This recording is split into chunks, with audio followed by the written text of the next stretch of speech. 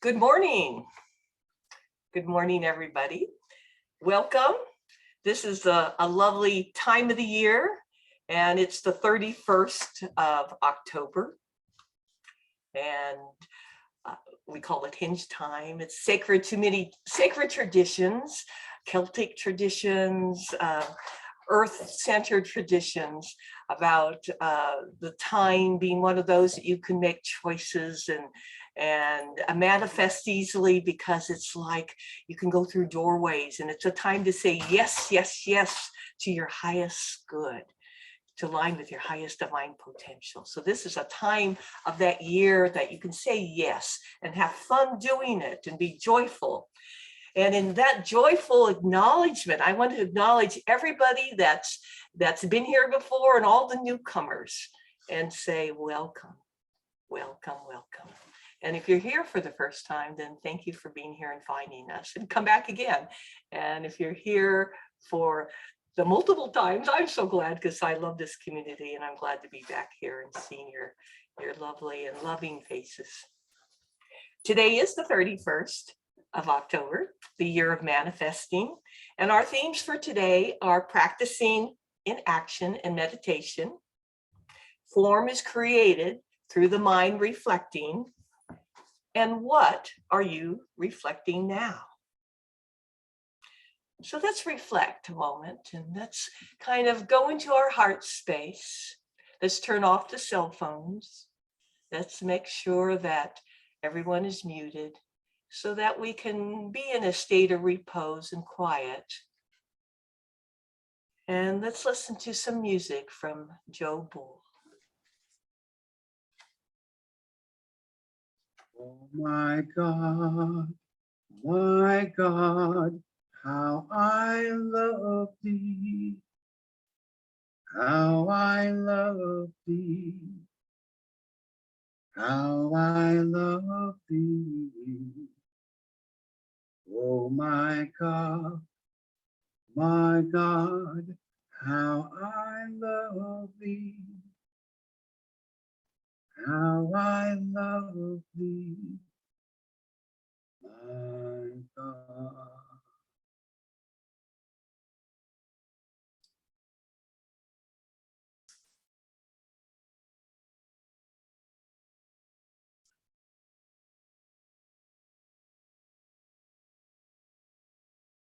God, loving God. God is in us, with us, for us, and as us. We love God and God loves us. There is no difference. That's what they mean by oneness. So we breathe in that love of God. And as we breathe it out on the breath, that's the breath of God and the love of God, who is with us, for us, and as us, and in whom we live and breathe and have our beingness and our livingness. So breathe in the love of God into your heart space and allow it to go through you, through your body. And as you say yes to your highest divine potential this time of year, know that you are being totally supported in the love, with the love, and as the love of God. And so be it, and so we let it be, and so it is.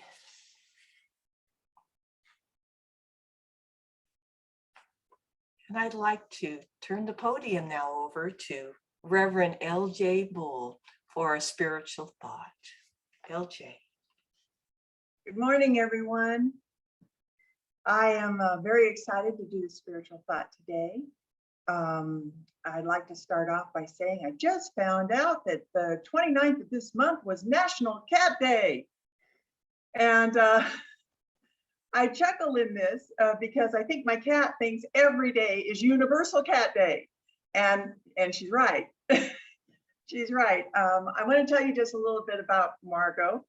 Margot never hesitates to express. She never hesitates to let us know what's on her mind. She, when she wants to play, she has a certain thing she does, tugs at the carpet, and lets mama know she wants to play. When I meditate and I get really still, she comes up and sits in my lap. And I hear that for a lot of animals, that they love to come up when we're meditating. But she does that, and she just sits right there with me. And then when she wants her brother's bed, she goes and lays in it. she doesn't think, oh, it's his, I shouldn't do that. Nope. She goes and lays right where she wants to lay. And you know, Corky's so sweet and so kind and so loving, this big guy that could move her out in a heartbeat. He goes, nope, Margot's there. I'll let her be. And when she wants loving, boy, does she come up and talk to Joe and I about that. Give me some loving. I'm ready for some loving. So I just love the way she doesn't hesitate to let us know her heart's desire. She knows her nature, and she doesn't hesitate to express what it is that's in her heart that she wants to do, wants to experience, wants to live. Are we that bold? Are we that clear? Are we that open? Are we that trusting? Are we that accepting that if Joe or mama doesn't give you the loving, it's okay? You're still fine just the way you are. I have a quirky story as well. Some of you may already know that Corky had an incident that really, you know, as the kids say, shook us. We were shook. Joe and I were doing things upstairs, and Corky wanted to see what was going on. So he came up and down those stairs 3 times. And then that night, he could not keep himself upright when he wanted to stand. His hinds would buckle under him. And he was shook. And Joe was scared and shook, and I was shook. And we're all at that moment not sure what's going on with Corky. Is it a stroke? Is it a this? Is it a that? What's going on? And I could feel the tightness in his hinds, and I just went and hugged him. And I hugged him because he could not settle. He was not knowing what was going on with his body, and he could not settle. And I hugged him. And then Joe and I, still nervous and upset and unsure, we prayed. We prayed. We acknowledged that Corky and God are one, and that they are entirely unified. That where Corky is, God is, in God's fullness. And that his being, that form that is his being, is spirit, demonstrating itself in that moment. And that Joe and I would be guided, perfectly guided to do whatever we needed to do in support of Corky. And I had no thought before any of the actions that were taken, but massaging just immediately started. I just was massaging, just rubbing gently, right, all those tight muscles right around his back, lower back. And that was the thing that I did, and he started to calm down. Was it the prayer? Was it the massage? Yeah, it's the all. It's the all of it. Corky has, over the last couple weeks, and Joe received support from everyone, and I received support, and the vet let us know that things were progressing and Corky was doing better, and we did a lot of helping him initially, but then he's just been getting a little bit stronger. We know the guy doesn't want to go. He may be 94, as Joe says, but he does not want to go yet.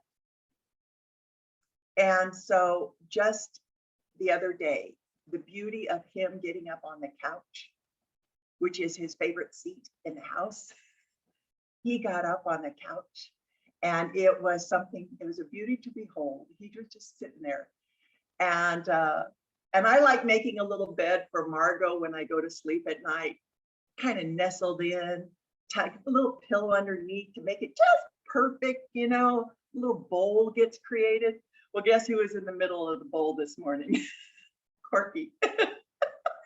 So I just have to say that, oh my God, the beauty of life. And you know, we can see it in nature, we can see it in our pets. And frankly, I love seeing it in each other because I do, and I know we all do. Sometimes it feels harder because of the massive messages that are out there being barraged at us. But I just love that we are reflecting what we are, and that is spirit. I have to share one quote by Ernest Holmes from the Science of Mind textbook. He comments about, let me make sure I start at that perfect right spot. He says, there is but one volitional factor in the universe, and this is spirit, or the self-knowing mind. God did not make God. This is self-evident. God did not make law. Law is co-eternal with God. God did not make substance. This is also coexistent and co-eternal with God. And then in caps, he goes, but God did make and does make and is making and will continue to make from eternity to eternity forms. We live in a universe of infinite substance and numberless forms wherein nothing is moved unless intelligence moves it in accord with law. And it follows that everything that spirit thinks must take form. It's a pleasure to visit with you today. Namaste. Thank you so much. Cats. I love the thought of the cats were worshipped, you know, in Egypt. And I like the thought, I like the thought that you brought in the thought of cats too, you know, of God in form and us, God in form, and that God is continually creating form. And I always just love your spiritual thoughts, LJ. Thank you so much. And now for some more music from Joe Bull. I'm so glad, Joe, that you are doing music this time. It's been a long time since we've got to hear you sing. Thank you for being available today to sing. Well, thank you. I've got peace like a river. I've got peace like a river.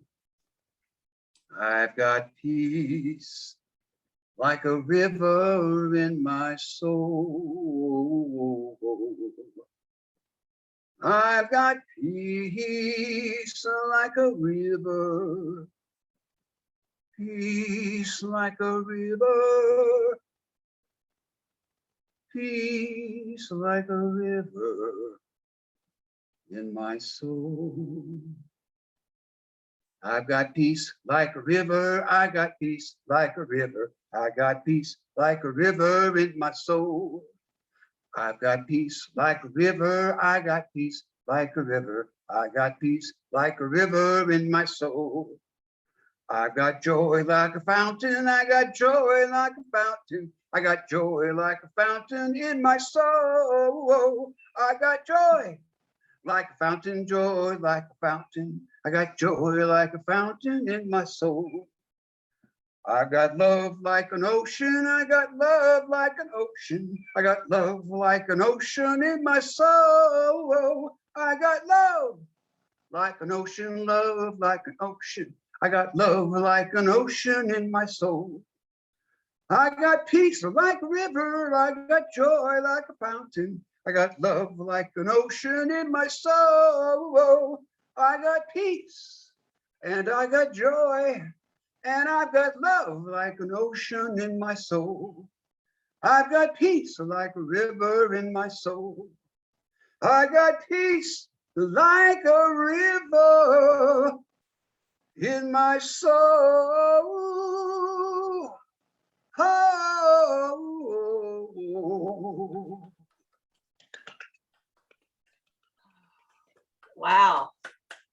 Definitely a wow, Joe. Thank you. Oh, yeah, yeah. You know, sound is a carrier of consciousness, and your joy and your heart came out on that music, and I could feel it. And yay, yay. And it was, yeah. I'm going to tell Joe, put Joe on the music list. Yeah, every time we have the fifth week, yeah, we should put Joe on the list. It was, yeah, my heart, I could feel the joy, I could feel the peace, I could feel the love. Thank you again. Thank you again. And now for our wonderful speaker for today. I've been waiting all week to hear her, our marvelous Reverend Judy DeRosa. Thank you. Well, that was lovely, Joe. Thank you so much for your voice and all your gifts. Today is a day between the veils, things that we can't explain. And after all, today is All Hallows Eve. When the shift of the season is felt in the clear, clean air, after our recent rains, we can take a deeper breath. Walking outside with the multitude of leaves falling and swirling at my feet, as the wind plays all around me, I think to myself, how fortunate I am, and how fortunate I feel. I've been reminded of all the unseen elements that make up our world adventure. As the world's breath, which modern man calls the jet stream, sweeps around our earth, we must be reminded of the great mysteries that have been presented to humanity. Understanding that all things are connected to the visible and the invisible. We may then appreciate this expansive creation of life. Our job is to walk fearlessly wherever you go. And this is a personal story. In 1971, I moved to the high desert in a small town named Agua Dulce. That's in Southern California. This old ranch had been owned by the McInerney brothers, and a promise was made between the two to never sell the ranch. The brothers' agreement was unknown to the buyers of the property, and the land made a good horse ranch. It had a house, a small barn, an old water well, and outbuildings with lots of potential to grow. I chose to live in this area because the school system was a shining star compared to the school my daughter would have been going to in the city. I found this rural country would be a positive environment, and we had horses and goat and chickens and ducks and dogs and cats and everything else that visited from the high desert.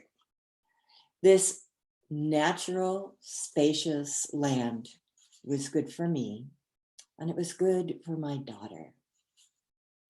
When we first moved to our home in Agua Dulce, my daughter would talk about all her invisible friends. But one in particular stood out.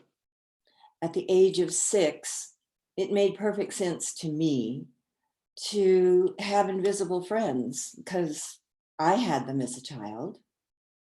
And I would set the table with a plate for Samson.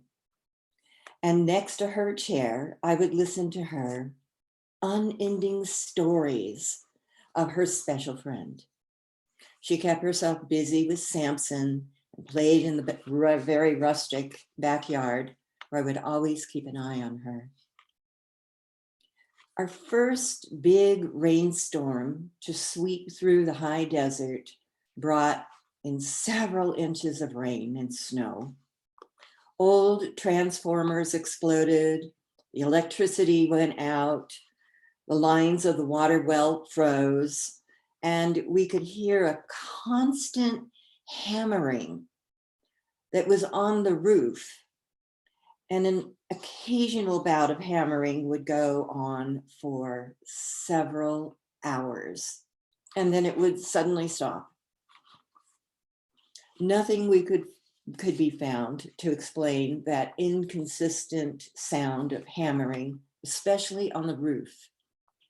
And a friend came out to the ranch to inspect anything that could explain these odd hammering sounds. And nothing was ever found. We looked in the attic, we looked along the eaves of the house, we looked in the basement, we looked everywhere, and we could find nothing to explain this phenomenon. The fireplace kept us warm, and our taste of ranch life improved each day. The horses had a spacious arena to be trained in. The chickens gave us more than enough eggs to help feed the visiting friends who would show up for various projects. Plus, the old flatbed truck named Rosie was always dependable. One day, an elderly woman came by late in the afternoon and asked if she could have a flower pot that was left on the windowsill by the brothers, who had lived there a long, long time before us. And I said, yes, of course, and gave her the flower pot. She then proceeded to tell us about the two brothers and their promise to each other that was not known to us, and how the first brother said he would come back and haunt whoever was living in the house. You know where I'm going here. I was so happy that my daughter was in the house playing instead of outside with this visitor, and she had no idea what had been said about the haunting of this home. The odd pounding noises continued on and off for years, and we just claimed our invisible visitor as a helpful, invisible handyman.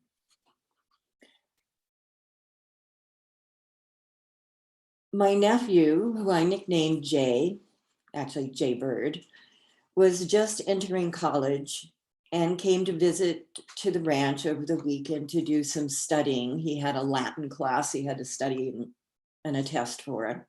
So I set him up in the guest room where he'd be comfortable.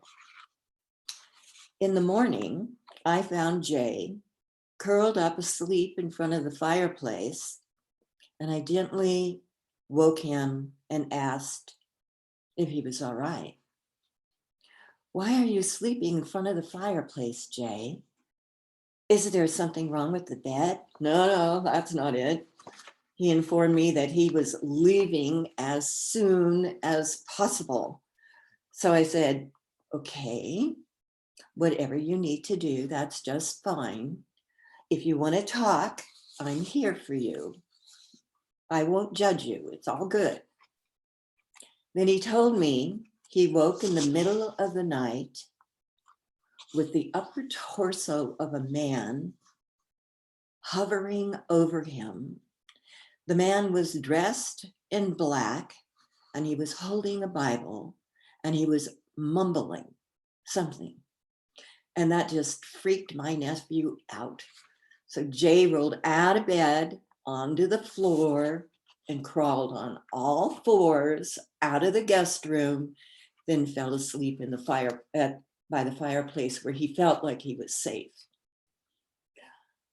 I can see in his eyes he had been terrified by something. And Jay didn't return and visit back to the ranch for well over a year. Another instance for myself was in the master bedroom. One wall of glass windows was facing the north, which made for a lovely viewing of the stars at night. It must have been about 3 a.m. and I rolled over to my left side because something woke me. There had been an old bathroom, but the sink and plumbing were removed. And I saw a young boy washing his hands and his face, and his head turned towards me, and he appeared to be completely transparent. He glowed in the dark with a soft, sparkling golden light throughout his entire body. I saw him smile at me.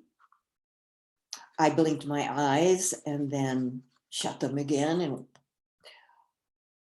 and there he was, still washing his hands and smiling and glowing that golden light.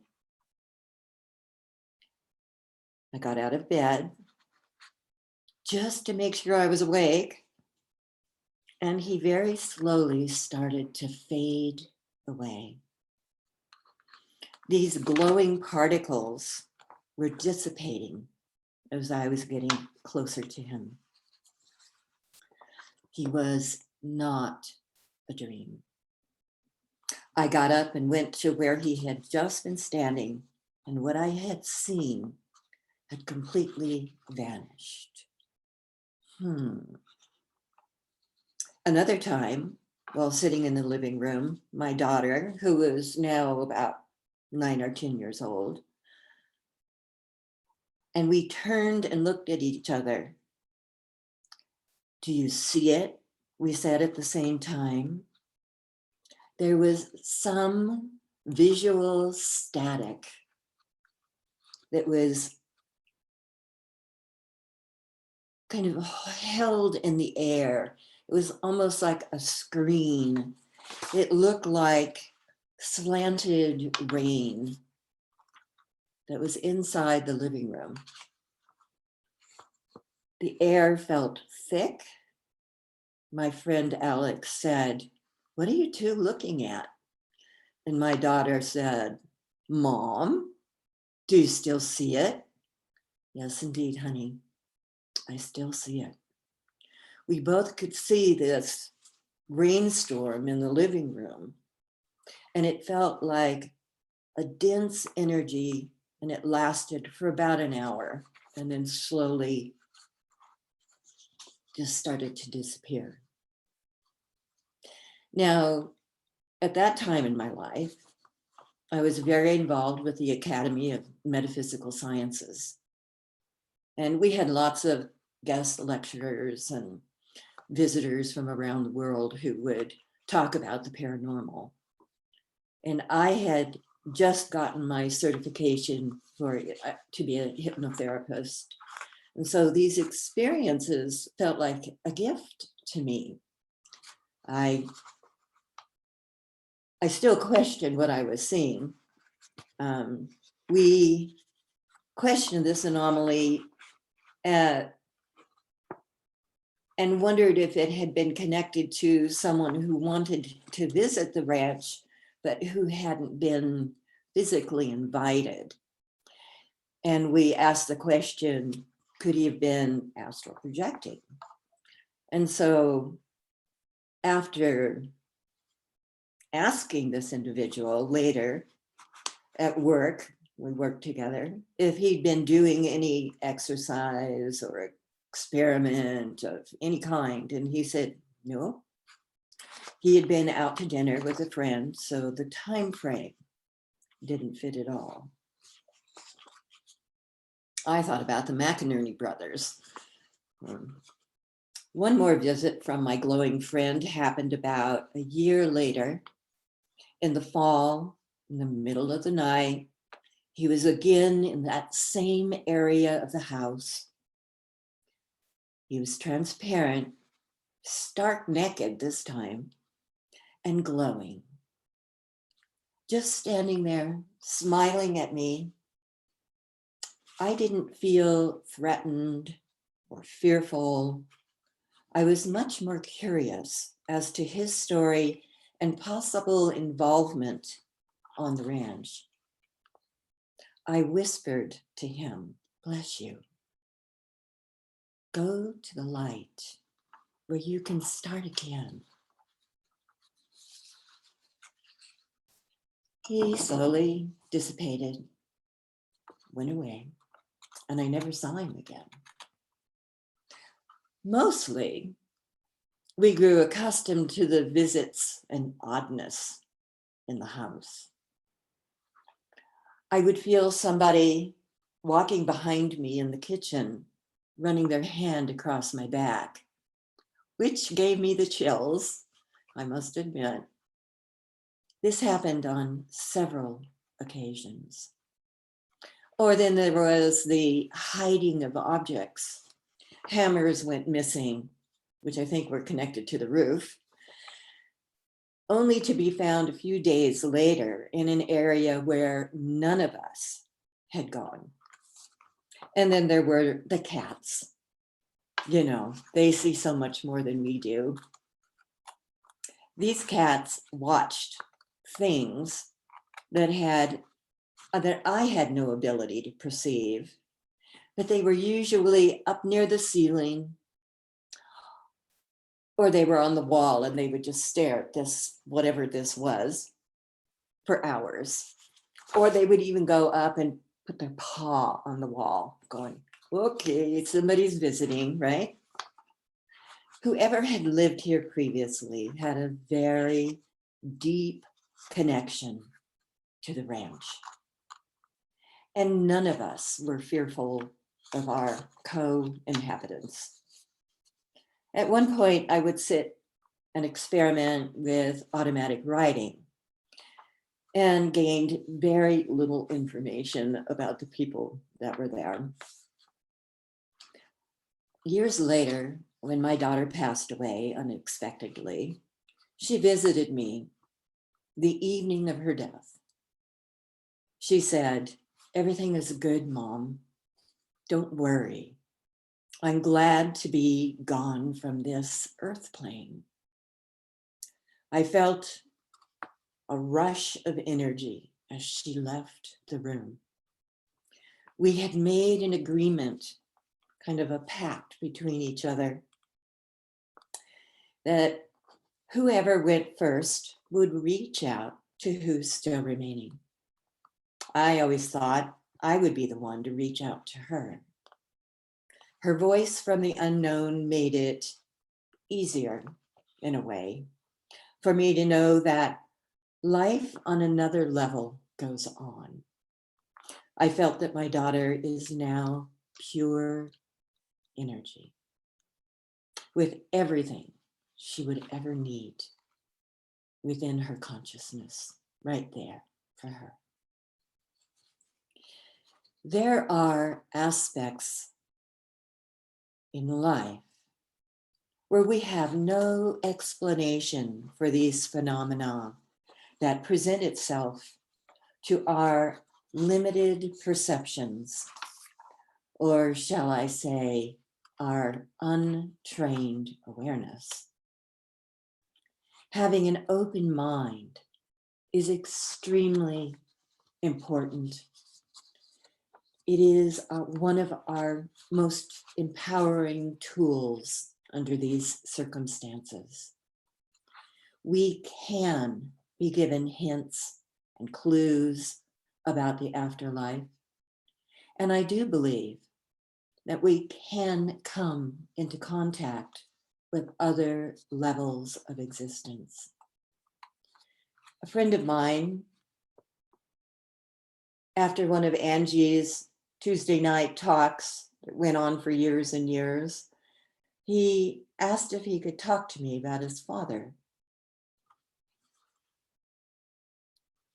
And his father was visiting him in the middle of the night, and his dad stood at the end of the bed, and he was telling him how much he loved him. Then he vanished, and his dad had passed away unbeknownst to my friend. My friend questioned. He said he couldn't believe what he had seen. And I asked him to work on and read about the afterlife. We need to understand that what we see has value. What visits us in the night wants to share something important. And so later on, my friend said, thank you. And he said he was on another level of awareness that his father had given him. The study by mystics, sages, and seers have proven we are often visited by the invisible world, but we must be paying attention. I find that there are certain times of the year when that dense veil to other worlds thins, and we can get in touch with those who have gone from our physical plane into another realm or reality, which has its own set of physics or dynamics. Our experience of Halloween or All Hallows Eve originated from the ancient Celtics, the pagan festival of Samhain, in which means summer's end. The Celts believed that on the night of Samhain, the door between this world and the next was open. And spirits could cross over the line between the living and the dead. That line became a very thin one in that house where I lived. Dia de las Muertes, or Day of the Dead, is a holiday mostly observed in Mexico, but also in other places all around the world.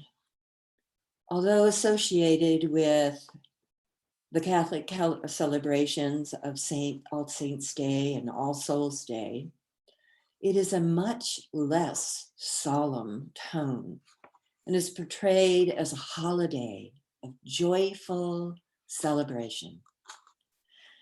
Rather than mourning, it's a distinct spiritual time of the year to gather family members together, to reflect and remember our family who aren't with us anymore.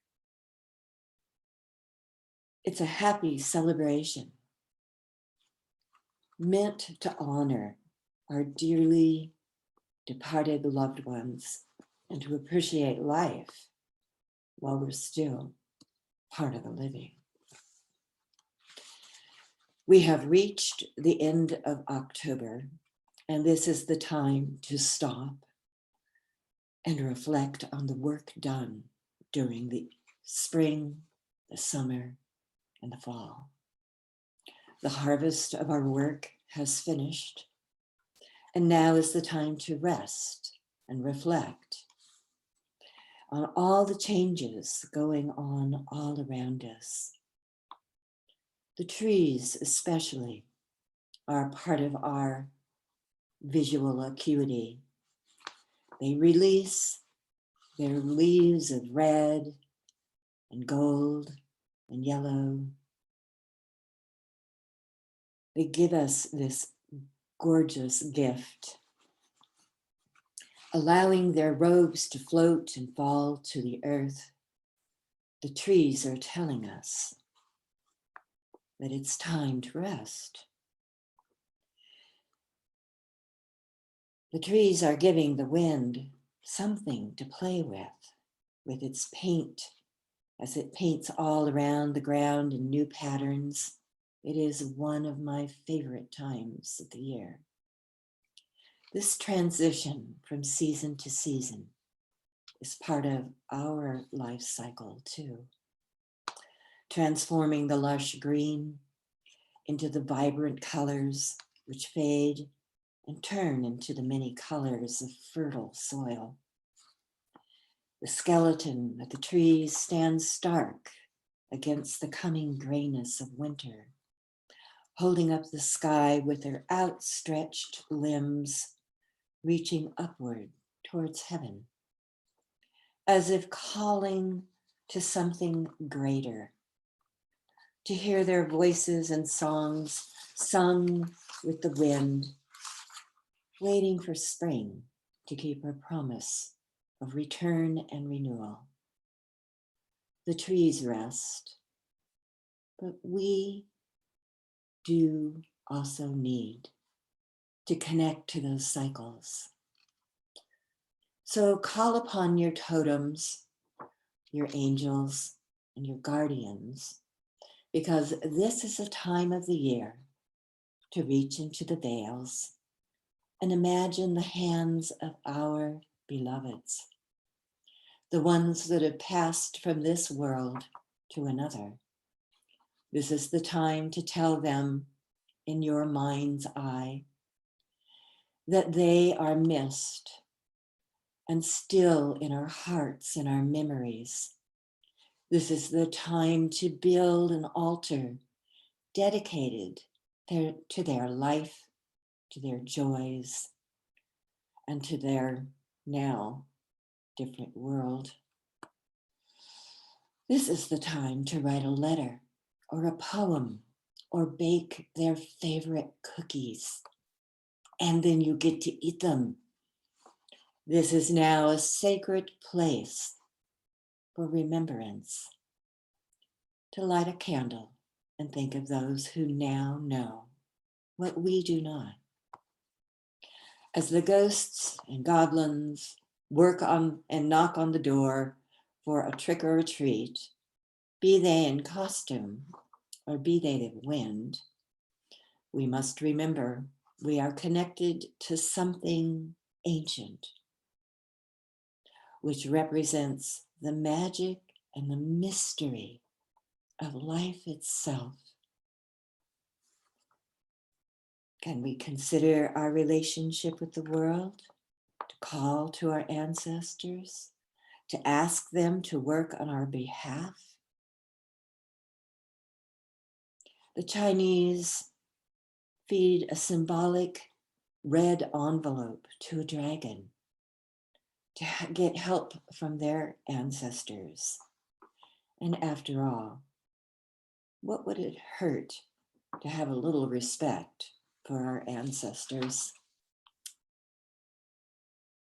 Know that things that go bump in the night aren't there to hurt you, but maybe help you to awaken to another level of who and what we are. May All Hallows Eve bring you to an awareness that you're loved on levels you cannot see. And so it is. Oh, thank you. Thank you. That was amazing. That was amazing, Judy. Thank you. I took so many notes. I just really love that. That was the stories and the haunting and just where it led it, and you brought it all together. It was and just honoring, just honoring all of life and understanding that life goes on even after what we usually think of as life is no longer here. Understanding that the afterlife is really, it's all one cycle, all one circle, isn't it? The circle of life continues on even if we don't see it here. And you've given a lot, I think, for us all to reflect on. Thank you so much. And now our offertory, let me put into the chat box where you can donate. I love this part. I was talking earlier about, we talk about sometimes the law of tithing, but it's really the law of sharing. We share what we have with others, and by that we're able to expand our consciousness. We're able to expand our ability to share. And it doesn't matter how great or how little amount you have. By sharing from what you have, it allows the law of abundance and prosperity to continue to multiply. So let us go and bless what we have as we give to each other, as we give to the church, and as we give to where our spiritual food comes from, because that's so important. Some of us forget we give to charities, but we don't always give to the church. We don't always give to each other. We don't always give to where our spiritual food comes from. And that's when you give with that open hand. If we don't give with an open hand, then the closed hand keeps it from coming back to us. And that's why I love this part, because I didn't used to be there. I didn't used to be in that consciousness, and now I just love to share. So why don't you join me in the offertory blessing? And I put in the chat box. Divine love flowing through me blesses and increases all that I give and all that I receive. And know that it's happening now. It's happening in this moment for all of you. Yes, yes, yes. And your involvement and donations are greatly appreciated. And in the chat box, of course, along with the prayer, so that you can have that, is where to send your donations. And also that if you can't, that also there's the donate button on the iFocus and on the website. And so go ahead and send those in, and so we can keep that prosperity going for all of us. Keep that circle of prosperity going. Okay, next are announcements for the day. The practitioner of the day is LJ, and you could tell that she's fired up, ready to go to help you and to know for you your wholeness, your perfection, your oneness within God's source on any level that you need it. And and you could tell from her spiritual thought today, and she'll do it perfectly. That's from the cats. And Judy DeRosa and Lori Ballard, but I'll point to Judy DeRosa because she wants to show you something that is just marvelous, and we are so thrilled to have her show us what is. We know that it is being manifested now, but we want her to show you. Judy, ready, Lori? So we have a book, let's see here. It's called The Bird's Eye View of God. That's the original title. It's now The Bird's Eye View of Creator. It's all the same. And we have it in a physical form. And it was how long did it take you to make this? To write this?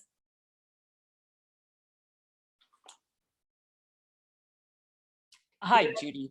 It actually took several days, but it would be like one verse here, one verse there, as I would be out walking the dog, looking at the birds. Yeah. Yes, looking at the birds.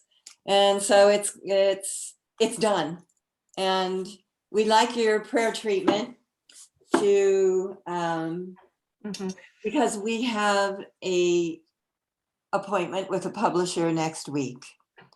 And hold in your hearts that this goes out into the world and makes children and parents smile with each other, and maybe have a deeper understanding that Creator is in everything and everywhere.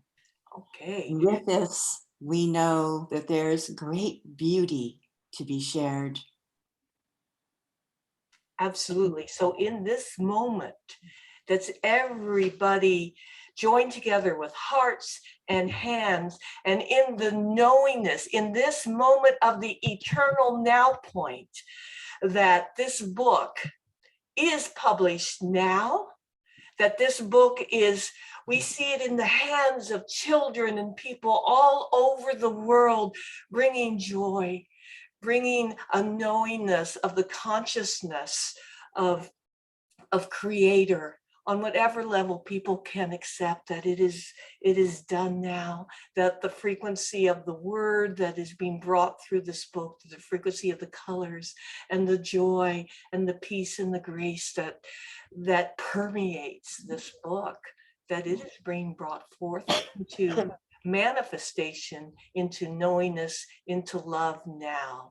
And so we know that this book, we know this creation of joy, peace, love, and grace, that it is published now, and it is perfect. It is wonderful, and it is, I can see the joy, I can see the love, I can see all the kids just saying, oh wow, isn't this wonderful? I love this, and the love now is out there. And so we offer it now as an offering of blessing. We give great thanks to Creator. We give thanks to Big Great Spirit. We give thanks to God in all its many forms, that it is done, it is done, it is done. And so be it. And so we let it be so. And so it is. So it is. Yes. And we say yes. Thank you, everyone, for your beautiful blessings. We're excited. Indeed. Yeah, I'm excited for you, Judy. I'm excited for you. Thank you. Thank Yes. you. And do let us know as soon as it's brought into full manifestation and we know where we can get it. Because I look forward to it. Yes, thank you. Are there any other? Hi, Laura. Hi, Hi, do you have something to say to the group, Laura? Yes, Yeah. please. just a friendly reminder that we have our spiritual discussion group with Bob Hand. And we are going to change to Tuesdays instead of Wednesdays. So starting this month, it'll be every Tuesday, the first Tuesday of every month, and same time at 5:30. So please tune in. Okay, so it will be the 2nd of November then, right? Will be your first one. All right. Yes, And what time did you say it was, Pacific time? 5:30. 5:30. Thank you. All right.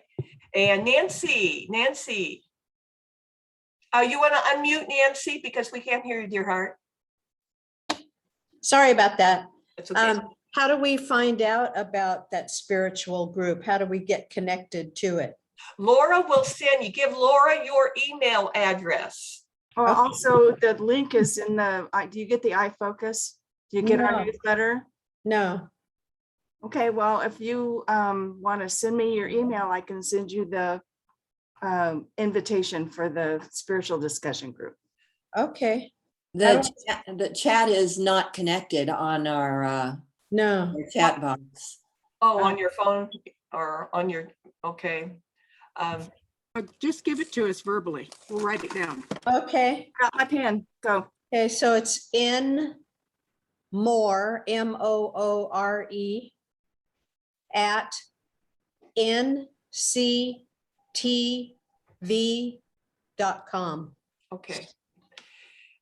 LJ, can you put her on the email list for the iFocus? I can, and I thought I did. So I will work on that. Thank you. Okay. Thank you. Any other announcements? Okay, LJ. I just want to remind everyone that we do have a new class that's going to be in on November 14th. Since we last spoke, I chose to go ahead and set the date for the 14th, which is Sunday. We normally have had them at 11:30 to 1:30. Keep in mind, if you really would like to participate in this Fundamentals of Healing class, and you have any prior understanding of the science of mind studies or teaching, you're more than welcome to join in. We would love that. Okay, thank you. And there's in the weekly email, it does say to purchase the book, but you can email me at lj.bull@sbcglobal.net, and I can get you all the details. Okay. LJ, put that in the chat, your email too. Okay. And I gave you Nancy's in the chat. Okay.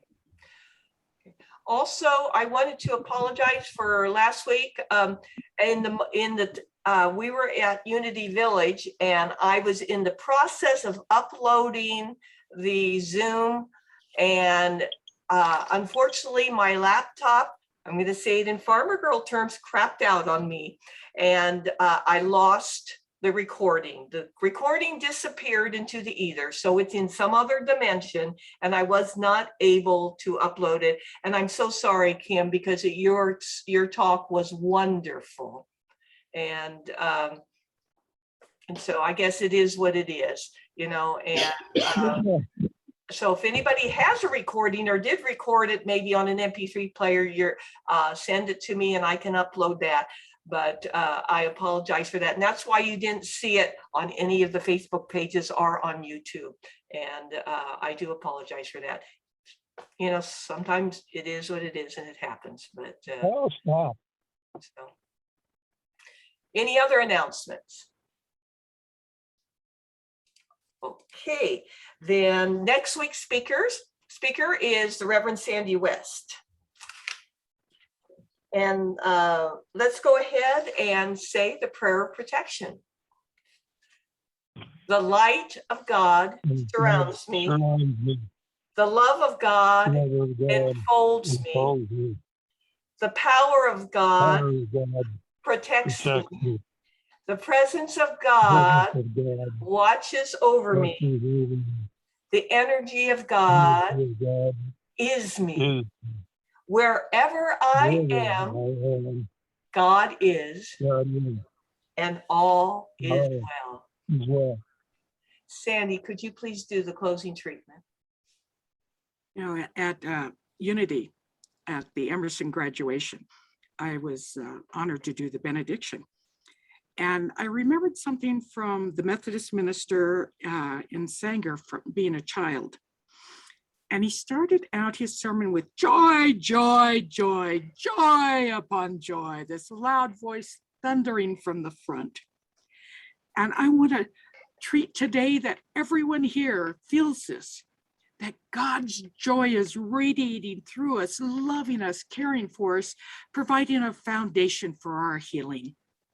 For our world sees joy through each and every one of us. To radiate that and to take it out into the community with us, to show people how to smile and how to enjoy and how to laugh and how to be.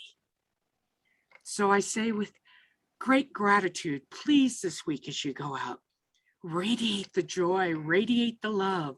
Let the divine shine through you into everything you see. And I am so thankful that we are all gathered together every week, sharing, helping, being with each other. And I give such glorious thanks for that, which is ours. And say with me, please. And so it is. It is, and so it is. Thank you, everybody, for a great week. Mwah. Lots of kisses and hand waving. I like it. Bye-bye, everybody.